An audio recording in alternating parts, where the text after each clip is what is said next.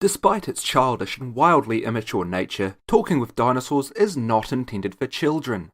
It has blasphemy, sweary words, sexy talk, and bad, bad thoughts. It is for entertainment purposes only, and while care has been taken to keep information as accurate as possible, paleontology is an ever-growing field with new data and theories constantly changing how we see these prehistoric monsters, so we make no guarantees about accuracy. Not that it matters, paleontologists are just making it all up as they go along anyway. And to my mum, I'm still very, very sorry.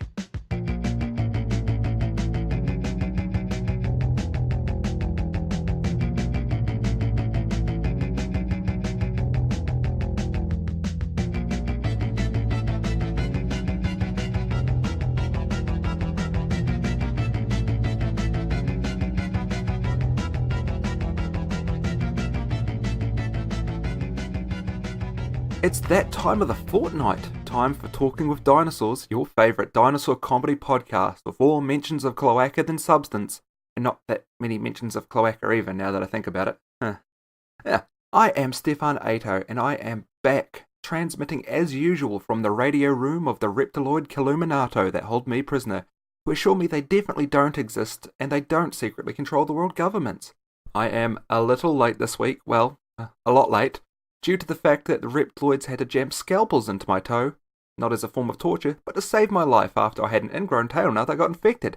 Health and safety, take it seriously, kids. If I'd been wearing some high-vis, you know this wouldn't have happened.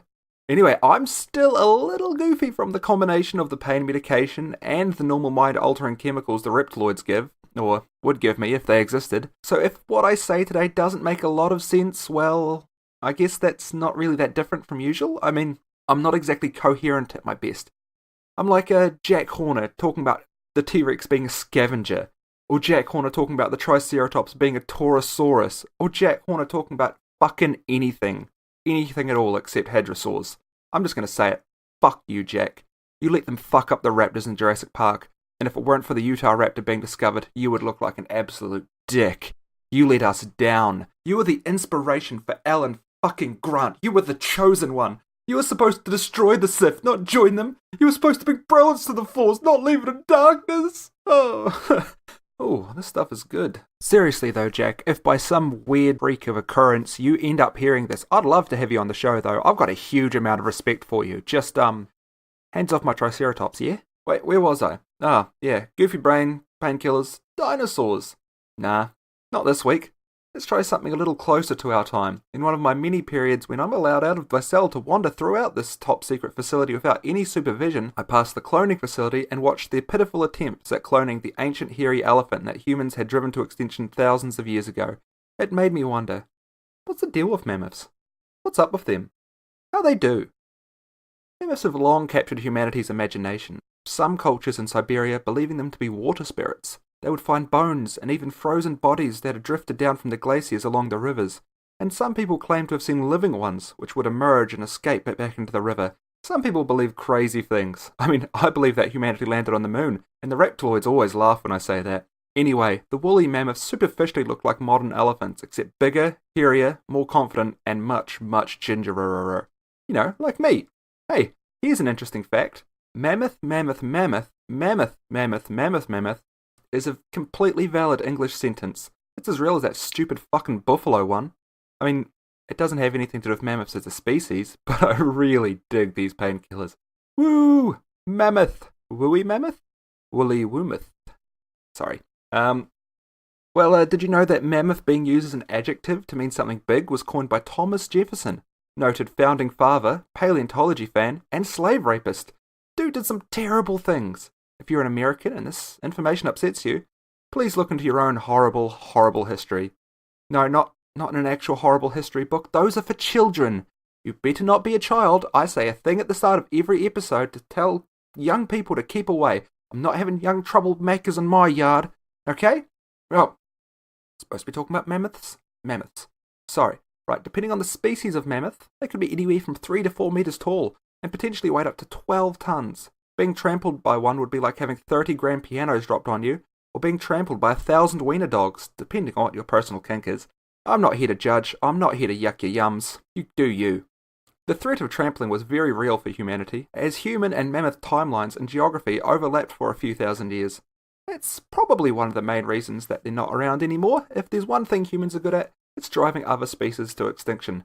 Rest in peace, Sedan, white rhino buddy. That and ramen. No other species can pull off ramen, especially reptiloids. You hear me, Dave? Your ramen is trash. Big ol' hairy mammoths, thriving in the frozen wastes of the Ice Age era Europe, Siberia, North America, weren't equipped to deal with the double whammy of young humanity luring it off cliffs and a rapidly warming world that ended the Ice Age, though isolated pockets remained in far North Pacific and Arctic islands until as late as 1650. That's a millennia after the Great Pyramids were completed. Even after their extinction, humans didn't really let mammoths go to waste. Their bones were used to make homes by humans and Neanderthals, as well as tools and artifacts. But even today you can buy mammoth ivory knife hilts, guitar nuts, nuts, and other random crap you don't really need online for ridiculous prices. It's exactly the tot you need to show off to your other white middle-class friends how little you care about wasting money. Now, I mentioned at the start of the episode the Reptiloids' disastrous attempts at cloning the mammoth. Seriously, that room looks like the scene in Alien Resurrection where Ripley gets to live the millennial pop nihilist dream by killing herself again and again without actually dying. You've probably heard about us humans trying this too, with teams from Harvard claiming they should be able to create an Asian elephant/mammoth hybrid within 2 years. This is probably feasible, despite the fact that humans have yet to successfully crossbreed Asian and African elephants, because Asian elephants are actually closer to mammoths than they are to their African cousins. Weird. Right, I'm almost done with this woolly bully, but I do need to take this time to clear up a common misconception. Mastodon, no, not the Atlanta-based stoner proggy post-metally band, are different to mammoths. Word to the wise, while both these behemoths strode north in Central America, they were two completely different species. Mastodon's iron tusks sat higher in their head, and looked a lot more like a hairy elephant, man, and their ancient kingdom never crossed the Siberian divide. Mammoths, despite being a closer relative to the elephant, look a bit different, with a different shaped skull and higher shoulders. Now that I'm out of Mastodon references, I guess I should rate the mammoth. I would give it a March of the Fire Ants out of 10, and if you can show yourself a better rating than that, you can get on the high road and I'll give you a crystal skull, you mother puncher. Sorry, that was the last reference, I swear. Colony of Birchmen. Right, I better move on to the next section, or someone will crush and destroy me, or I could be trampled under hoof. What a train wreck. That's it. No, that was the last one, I promise. We're moving on.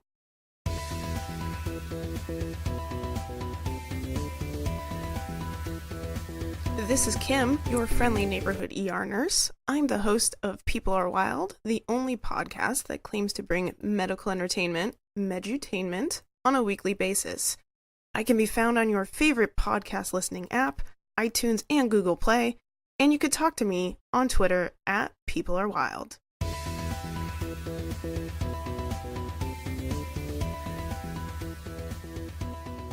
Right, now that we're away from that sleeping giant, let's answer some questions. The first question this week comes from Aiden on Instagram.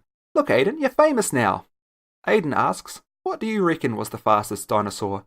I mean, I can't imagine a lot of those thick guys could go very fast, but what do you reckon? Well Aiden, as a thick boy myself, I can certainly see where you're coming from, because I sure as heck am not designed to travel at high speed, even for short distances. Generally, the bigger they were, the slower they were. But some estimates put the Triceratops at 32 kilometers an hour, slightly faster than your average people. Pretty decent for such a tanky beast. The winner when it comes to speed though, were almost definitely the ornithomimids, like Gallimimus. Sorry, I ain't ever seen no Gallimimus around here before. They were estimated to reach speeds of 80 kilometers an hour, faster than any human being, except me getting to a table when someone serves up quesadillas. Hot damn, I love me some spicy cheese, boys. Not much could have outrun them though. I hope that helps, Aiden. Okay, on to the next question, which is another one from our friend Nia Dawn, host of Murder Down Under and Think Yourself Clean. 2 podcasts you definitely need to be listening to if you're not. Why wouldn't you, you monster? Anyway, Nia's question is, if you could delete any dinosaur from past existence, it just suddenly didn't exist anymore, which one would you choose? Well, Nia, that's a great question, with a very easy answer. Let's get rid of the Tyrannosaurus Rex. We don't need it. It's a cool dinosaur, but it hogs the spotlight from so many other cool giant theropods. No one ever talks about Allosaurus, Taurosaurus, Gigantosaurus, Abelisaurus, or any of the other brilliant murder monsters who don't get to share the spotlight. This is all Universal's fault, cutting all the other cool theropods from the original Jurassic Park. Curse you, Universal! Ah! This is Stefan. Ignore my previous statement. Universal Pictures is a fantastic company and in no way affiliated with the non-existent Reptiloid Killuminato. All hail the Reptiloid Killuminato. Right, that's all we've got time for today. Thank you all for listening to me, and I'm very sorry for the late episode. I will have a bonus episode up this week to make up for it, but it's not going to be a traditional episode. It's a bit more, avant-garde. I won't spoil it, but you'll probably hate it.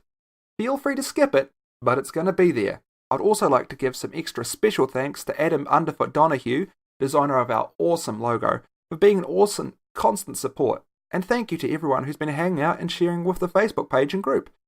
Feel free to join Talking with Dinosaurs Dinophiles Anonymous on Facebook, our kick-ass little group on Facebook, where you can shout abuse at me and I'll actually hear it.